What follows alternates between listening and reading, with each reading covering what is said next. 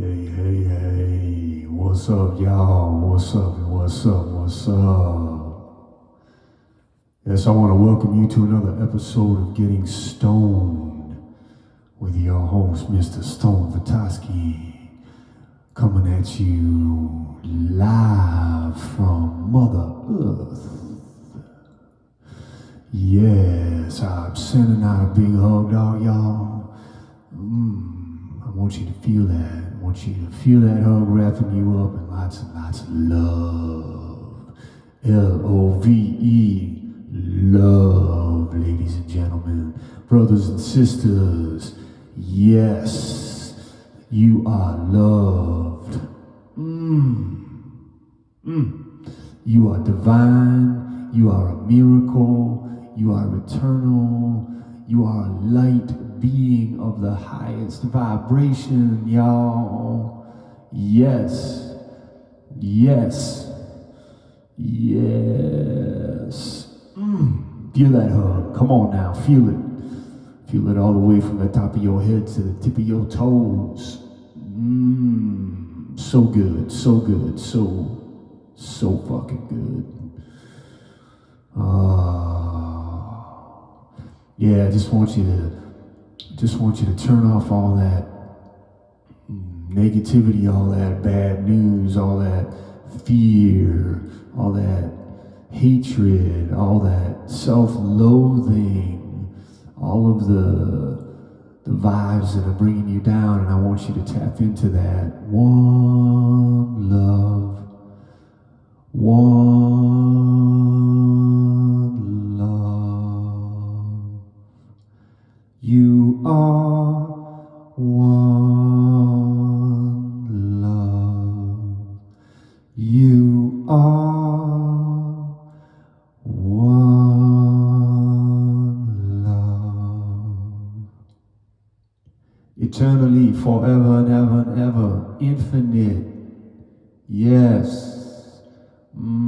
Feel it all the way into your heart, into your soul, into the depths of your being.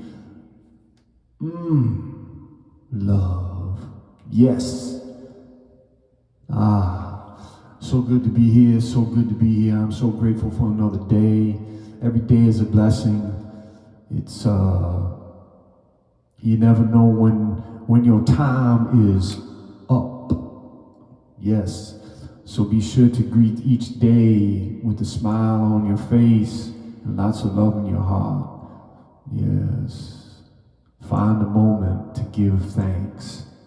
Things may be hectic, things may be crazy, there may be all kinds of sorrow that you're feeling, there may be struggle and strife, but find a moment upon greeting that day where you pause and give thanks.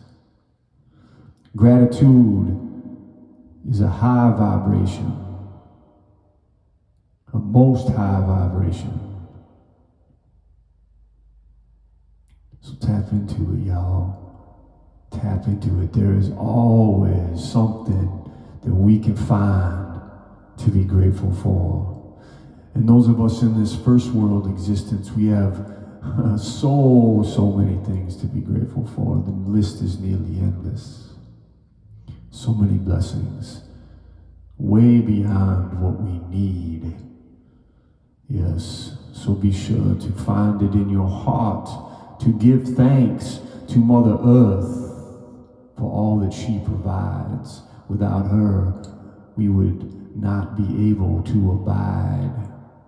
So look deep inside and smile wide and enjoy the fucking ride. Yes. So good to be here, y'all. Yes. So good.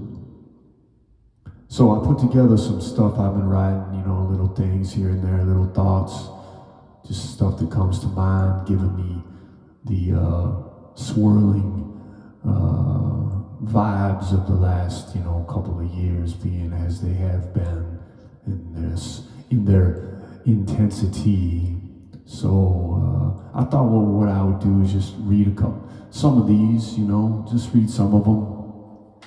I'm not going to expound on them. I think they speak for themselves, and just perhaps it'll give you some food for thought, something to ponder, maybe offer a different perspective that you hadn't thought of before, maybe create a little crack so the light can kind of come shining through. Maybe shake up those brain cells a little bit so you are able to perceive from a different point of view. Open your heart, open your mind, elevate your spirit. Who knows? I don't know. That's for damn sure. I don't know. But I'm going to offer some of these things up nonetheless, just because that's what I do. So, as I said, I'm just going to go ahead and read them, and then I'll pause, and then I'll read another one. So,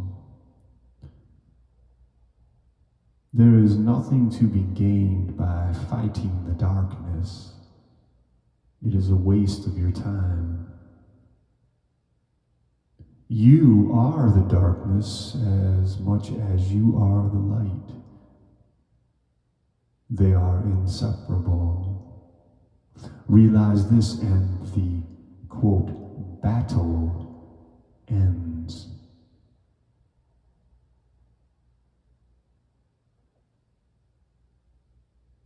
You have the power to be healthy so long as you commit to caring for your body, mind, and spirit with a clear intention and belief. As such, the notion of an immune system is a fabrication.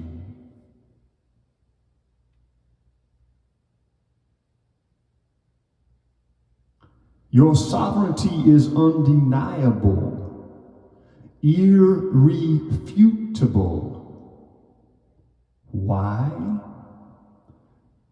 Because you are consciousness, and as such, all things are you. Made of you, arise within you, known by you.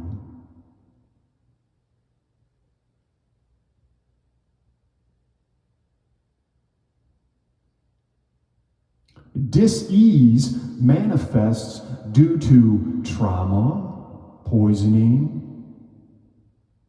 and or starvation or malnutrition. The exact trifecta that is being forced upon humanity at this very moment. Dis-ease does not manifest because of germs.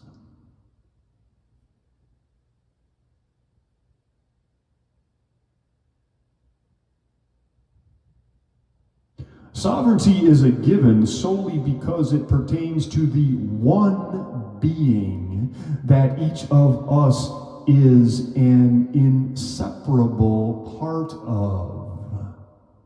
Infinite, eternal, and boundless in its resilience.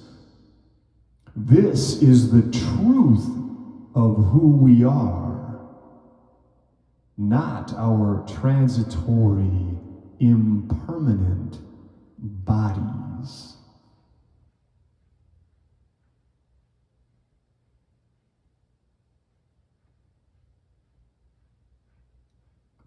There is no outside of you. As such, nothing or no one has power over you, since we are all one. We are not at war with evil or the powers that be, or the cabal, or the New World Order. Because they are us. And we are not people. We are the infinite, free and eternal universe itself.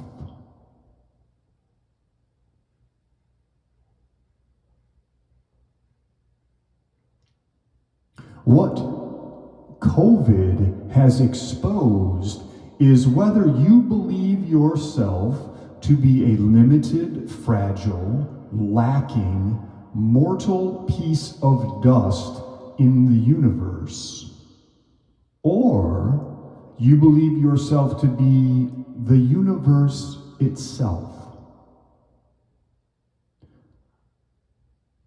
One perspective resonates in a state of fear and control, the other in a state of love and trust.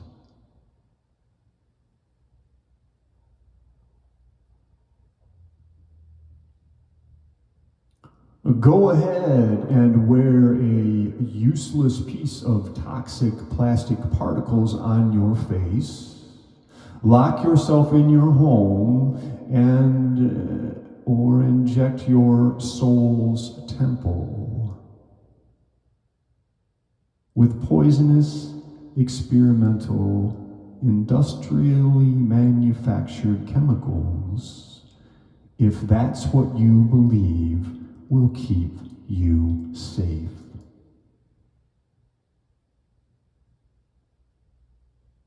Go ahead.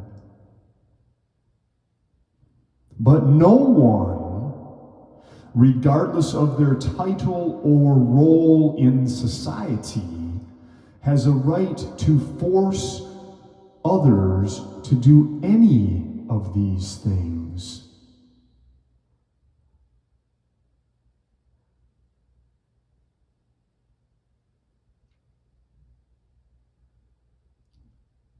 Trust in God or consciousness and reject the lies being sold to you by charlatans.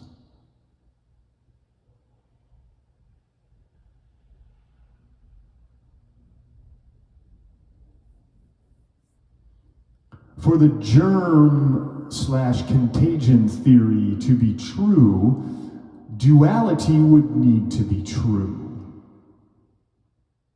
And since it isn't, the theory is false.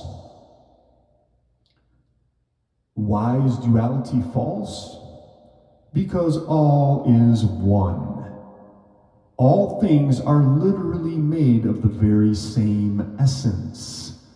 All form is formed from the same source, and as such can never infect itself.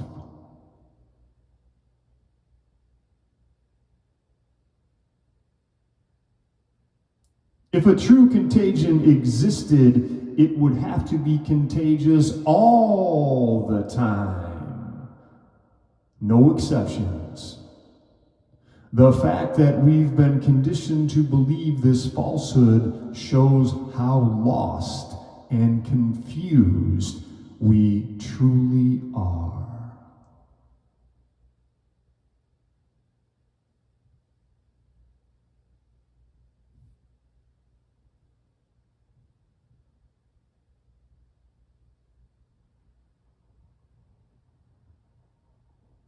If something doesn't make sense to you, it doesn't make sense.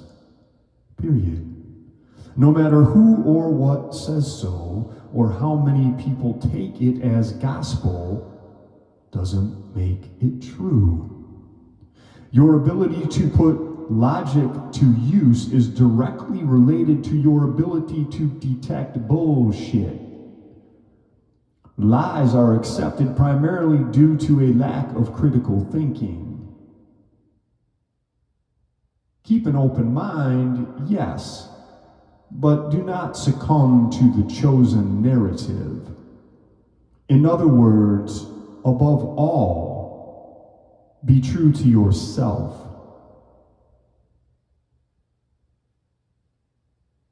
That way, by steering clear of the lies, you avoid a life of regret.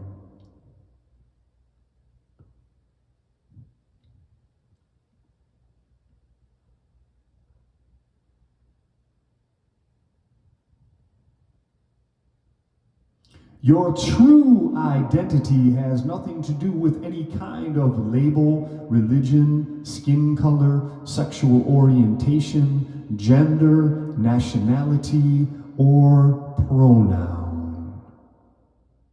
These are all based in the material world, which is decidedly not who you are.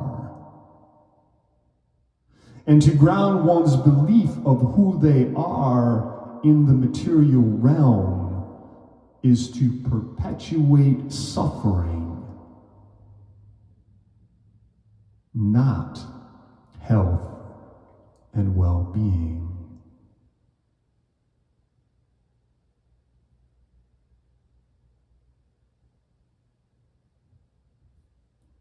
Can you be present in life without all the conditioning?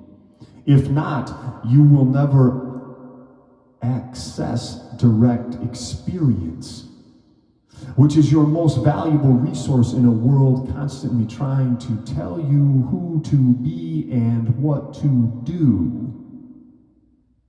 If, on the other hand, you are able to access that direct experience free of all conditioning, and you see, hear, and sense unconditionally, then you will live a life of true freedom.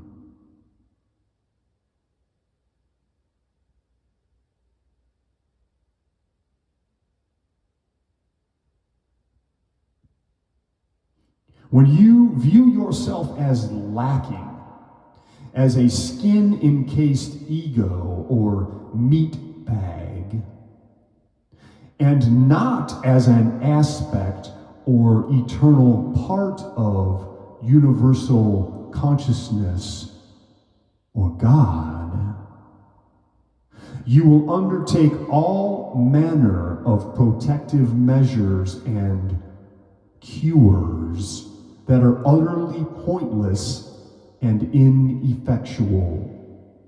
You will consistently and overwhelmingly choose fear instead of love as your guiding principle.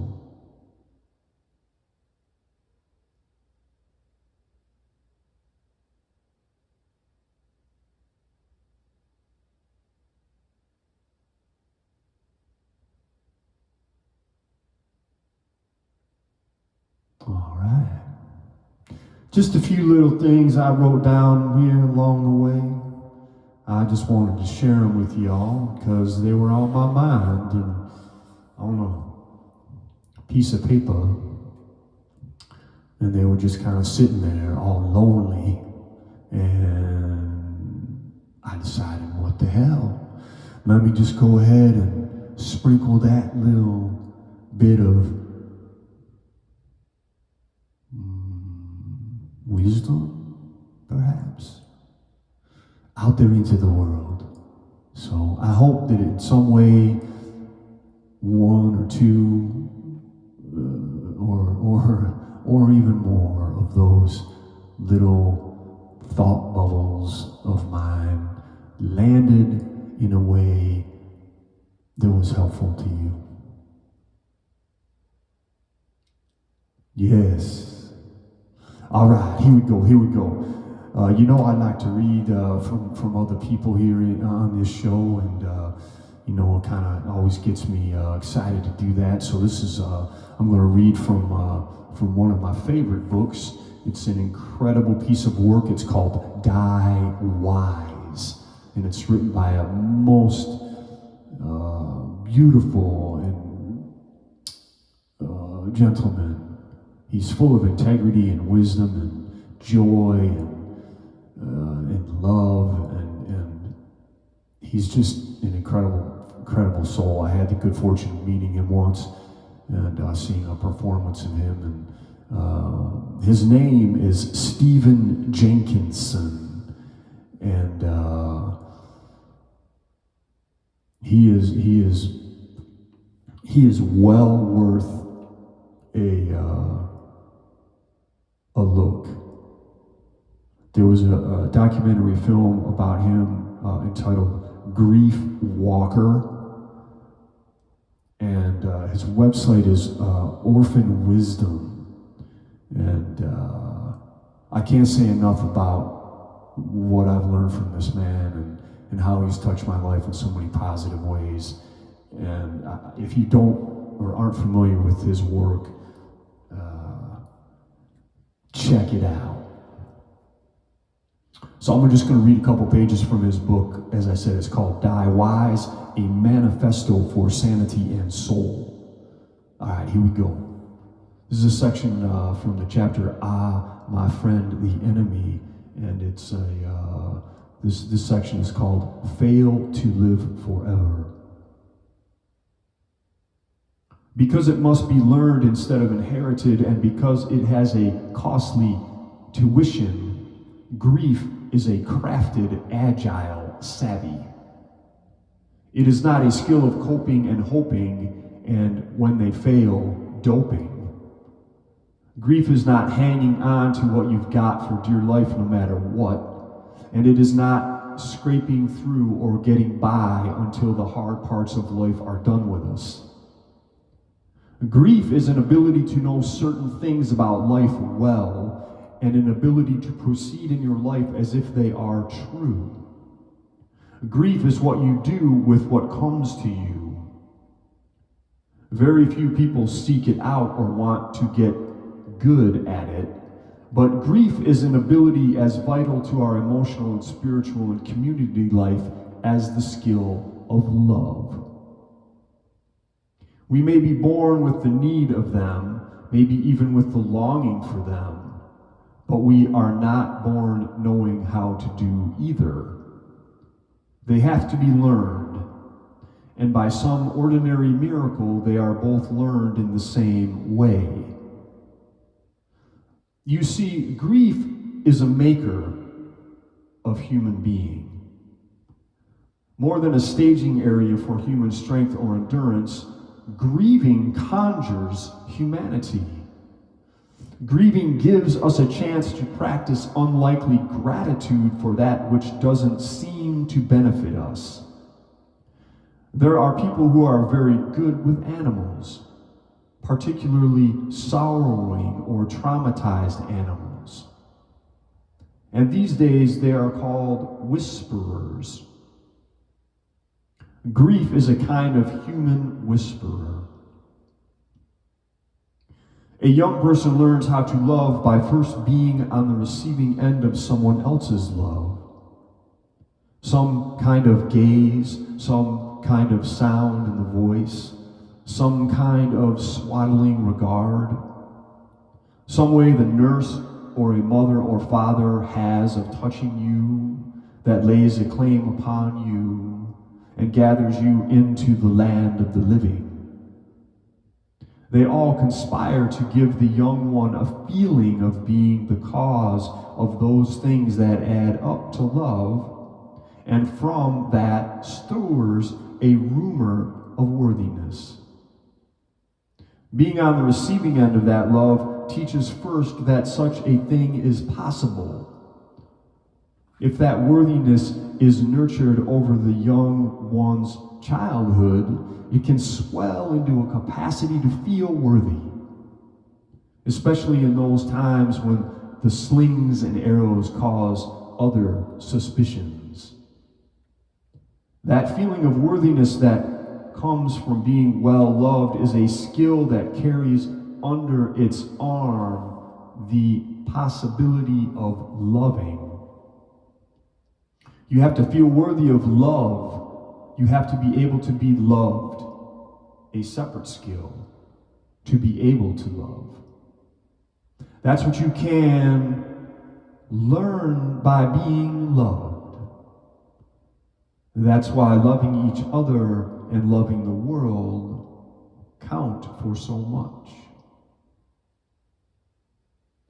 So it is with love's older and probably wiser sibling. Grief, the epic humanness of being willing to know life well, you learn first by being fretted over and missed and mourned over by others, by being on the receiving end. It grows in you the same kind of worthiness. Maybe you are moving away from a job or a community of people that grew to know you and count on you. And in their melancholy farewells in the office hallway or over the back fence, you recognize something of how on your better days you tried to live. The feel of people longing after you and missing you begins your ability to grieve.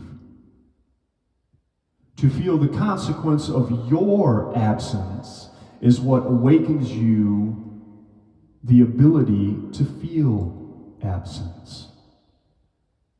Seeing the end of something precious to you gives you the chance of loving it well.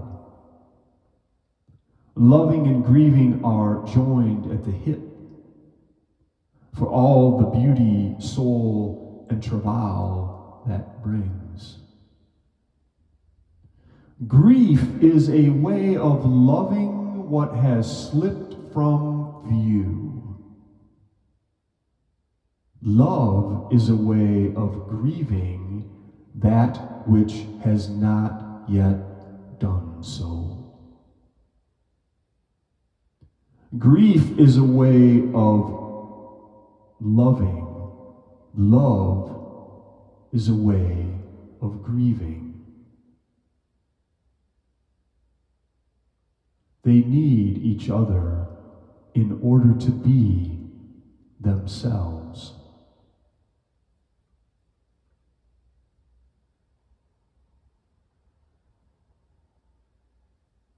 In one of our fields, we have a Mongolian gur, which looks to be a grandparent to the teepee. All the woodwork is hand-painted spirals and road maps and star maps on a field of blood red, and we have many meetings there. I teach my school in the gur, and people seem to enjoy it. Most people who have heard of the gur have not seen one, and they marvel when they do. It is, as with all the material culture of nomadic peoples, a mingled genius of light and faithful living that indisputably works, with no diminishing of the life around it. Here is one gorgeous detail. When you are putting it up, it is a rickety, swaying affair that seems to lean together according to a blurry blueprint of naive hope that the thing will endure. There is no metal in it, nothing that nails or screws together, nothing that binds in 90-degree obedience. It just teeters. But the gur miraculously becomes stable without losing its flex or becoming rigid when the load of felt is piled on top. It firms into place. It becomes something like a body, all the parts finding the web of connectedness, one to the other, by being asked to hold. The gur is a teacher, and it shows something of the skill of being alive. It finds itself when it is asked to carry burden, when it is employed in sheltering a life living within it. Its burden makes it a home. And so it could be with us. Our grief and our love of life, both faithful and both hard-earned, both burdensome things that will not leave us alone once we find them. They are our kinship with all people, with those who are gone from among us, and with those not yet here who we will not live long enough to see. They are our kinship with the world that has sheltered and weathered and fed us all along. They are our truest companions, as faithful as the earth that will one day cradle us again. They are the unlikely grace of being alive for a time, and the fealty we owe for that gift. The overflowing burden of knowing something of the ending of days, that is what gives you your days and your love for them, and makes of you a treasure for the rest of us, and makes of your life a story worth knowing. You become example enough and reason enough for those wrecked on schedule and those refusing to be so to continue for a while.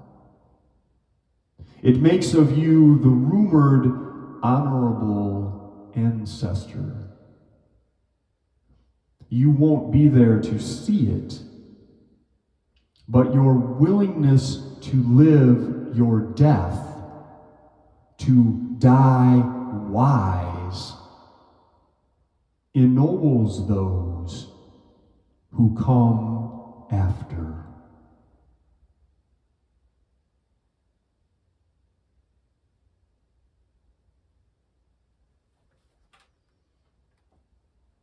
Mr. Stephen Jenkinson, y'all. I told you he was a bad man. I told you. I mean, he's, in so many ways, this brother is untouchable. He worked in what he calls the death trade. He was a social worker, spent much of his working life around death and dying. And that's just one small taste of what exists within that incredible book and within this man's incredible mind and heart and soul. So I encourage you with the utmost enthusiasm to dive into Mr. Stephen Jenkinson and his work. Thank you so much, brother. Thank you so much. All right. Here we go. All right, let's wrap this up. I just want to extend an absolute heartfelt thank you to all, anyone who's listening, anyone who tunes in. I appreciate you so much. You have no idea.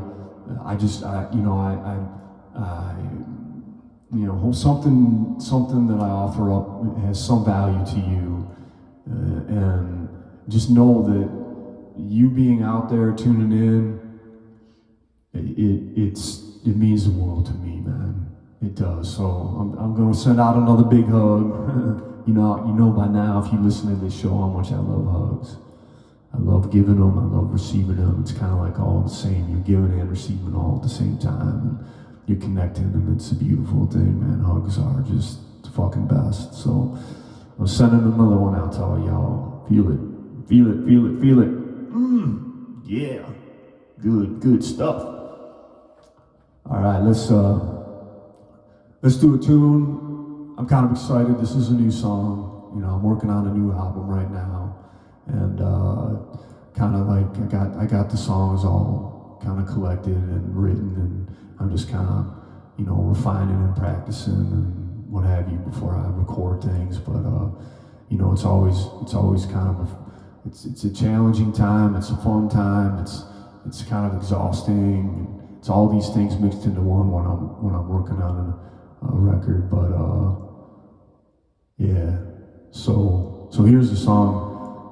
It's kind of the first time I'll play for anybody, but I'm feeling it. So here we go. So this is a new song. It's called "Step Out of Time." Yeah. I hope I do it justice, y'all. Be patient with me. Be gentle with me, please.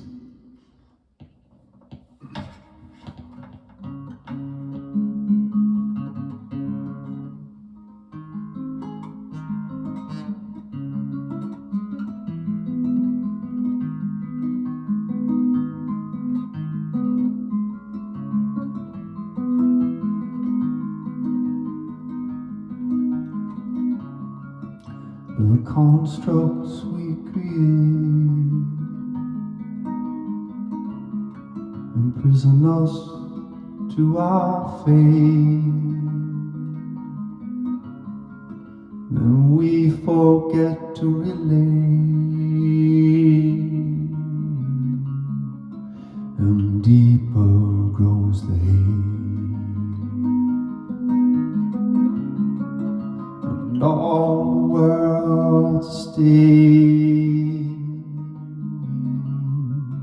and life is just a game. Everyone play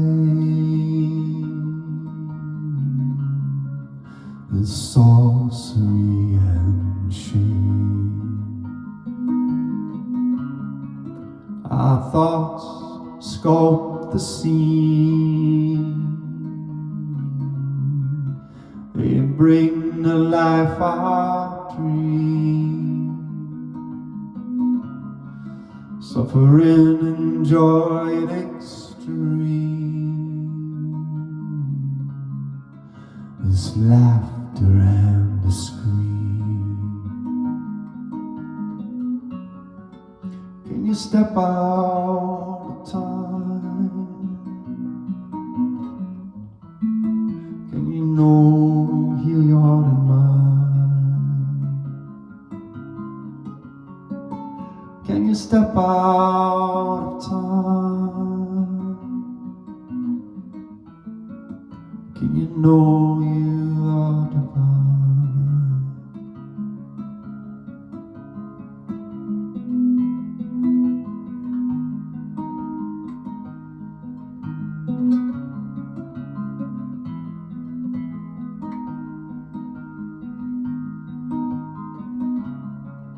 Birth and death, illusion, a thought collusion.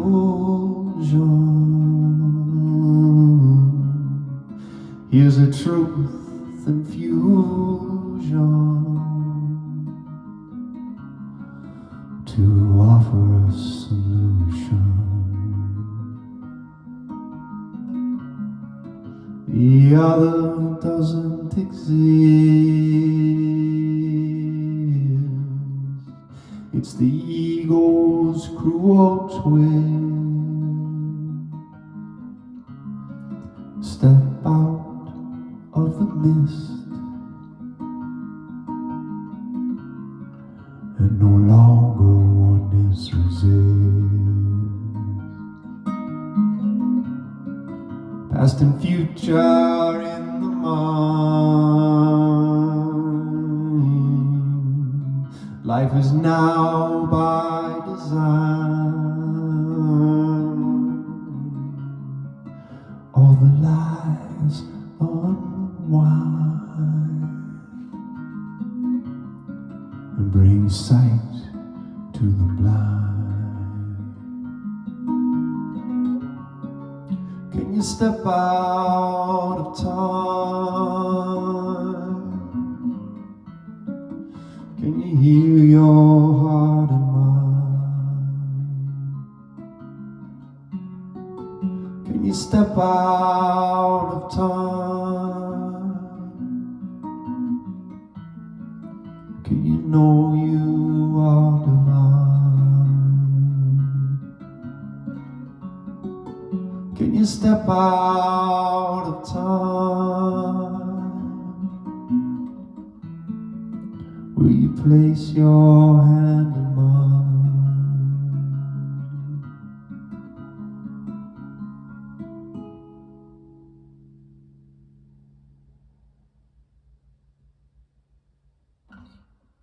All right.